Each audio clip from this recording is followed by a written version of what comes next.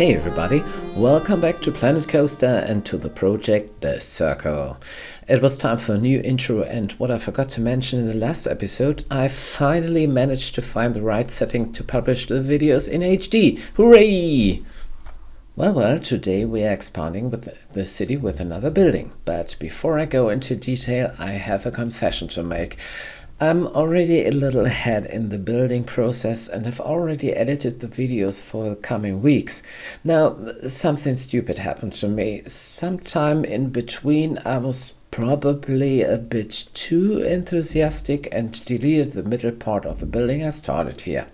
As it turned out, I didn't have a backup copy anymore either. So for the cinematic shots at the end of the video, I built the middle part again. I apologize if the result does not look 100% like the one shown here during this construction phase. Now to what I show you here.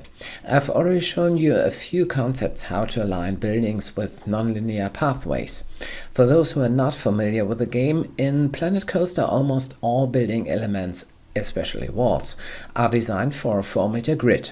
With a few exceptions, there are only straight elements.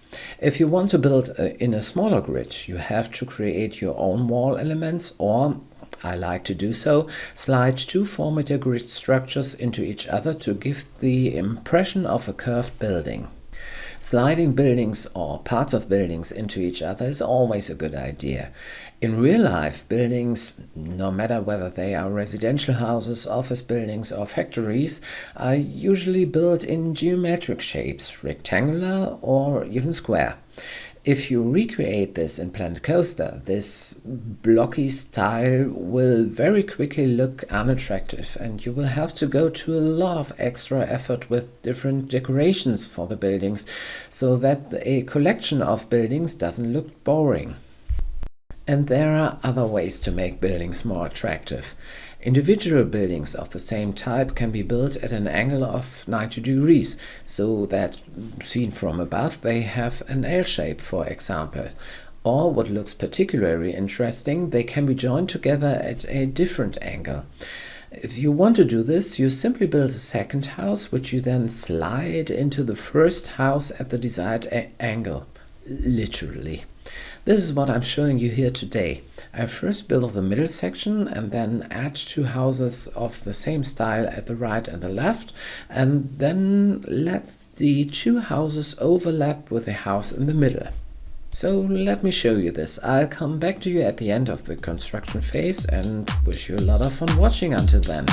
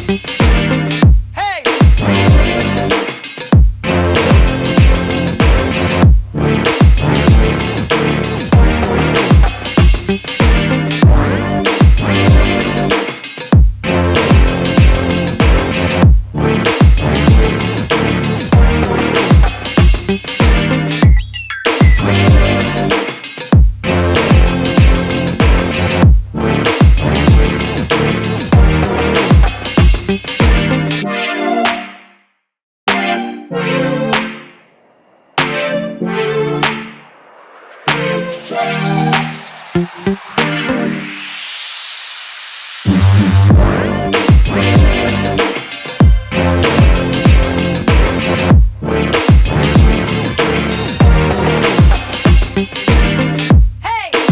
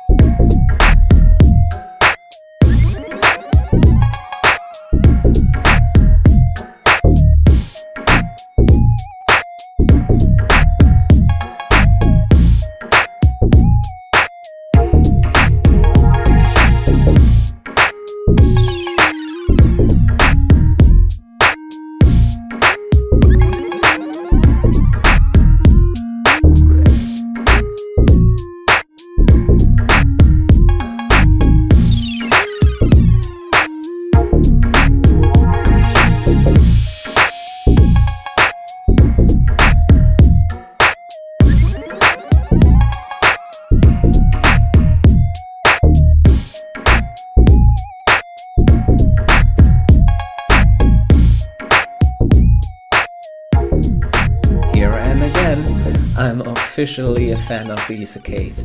I think they give this building a very nice touch. And I also like these big windows. They have curtains, they are backlit or unlit in the game. The 3 buildings that were planned at the beginning, which are pushed into each other, have finally turned into 5 in order to make the transitions between the 3 buildings a bit more roundish. Yeah. In the transitions, I have inserted several windows at once, so we can assume that this is a staircase over which one reaches the upper apartments. It was pointed out to me that flat roofs are a bit boring. Yes, that's true. To be honest, I have little will to build custom roofs, and as we saw in the episode with the castle, the in-game roofs on buildings that are not square or rectangular are very difficult to put together. So the building is done, and here are some leftovers I'll add. The pavement for the streets, street lights and street signs, and of course I'll add trash cans so that visitors can dump their garbage left over from the shopping in the shops. Anyways, thanks a lot for watching. We live in crazy times, so stay healthy, keep fit as much as possible. See you in the next episode of The Circle. Bye.